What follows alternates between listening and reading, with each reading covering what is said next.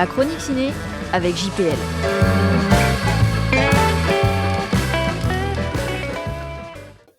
Leurs enfants après eux. Une moto et des hommes. Le roman éponyme de Nicolas Mathieu a reçu le prix Goncourt en 2018. Ludovic et Zoran Boukerma l'ont adapté pour le cinéma.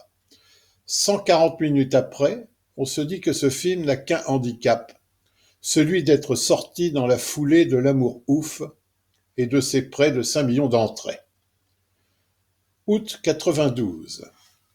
Une vallée perdue dans l'Est, des hauts fourneaux qui ne brûlent plus, Anthony, 14 ans, s'ennuie ferme.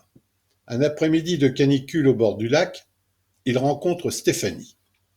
Le coup de foudre est tel que le soir même, il emprunte secrètement la moto de son père pour se rendre à une soirée où il espère la retrouver.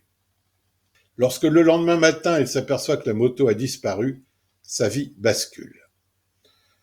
Un drame articulé autour d'une histoire d'amour de jeunesse, pas si ouf que ça, au cœur des années 90, contexte social pesant, choc des classes, violence latente, bref, du déjà vu, allez-vous me dire.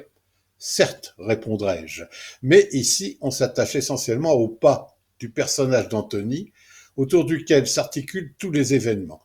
Ça fonctionne et le très beau casting convainc complètement. Après, on arrêtera le fastidieux jeu des différences avec le film de Lelouch. Intéressons-nous plutôt à celui des frères Boukerma. La mise en scène évite la stylisation pour rester à hauteur de personnage et en somme, simplement au service de l'histoire et de l'émotion. Un exemple, pas de voix off, pas de commentaires inutiles, un plan fixe sur les hauts fourneaux à l'arrêt suffit à raconter la fin d'un monde. Nos cinéastes réussissent également la gageure de nous parler beaucoup d'ennui sans pour autant le provoquer. Nombre d'exemples nous prouvent que c'est toujours un risque au cinéma. Je n'ai pas lu le roman qui est à l'origine du scénario, mais je suis intimement persuadé qu'il fallait 2 jeunes cinéastes pour emporter le morceau. Les 2 jumeaux ont 32 ans. Même si le film est un peu trop long, et à ce titre parfois répétitif, on se laisse happer par une histoire forte, des personnages incarnés et un casting, je le répète, formidable. Paul Kircher, prix Marcello Mastroianni du meilleur espoir au dernier festival de Venise, avait crevé l'écran dans Le règne animal, aux côtés de Romain Duris. Son côté lunaire, fragile et touchant fait à nouveau merveille. Saïd El-Alami, lui aussi est parfait et ses face-à-face avec le héros font partie des grands moments du film.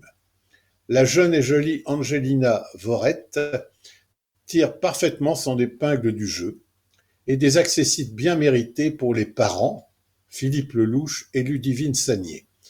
Un récit d'apprentissage, une fresque romanesque, une fable sociale, il y a de tout ça dans ce film fulgurant qu'il faut voir.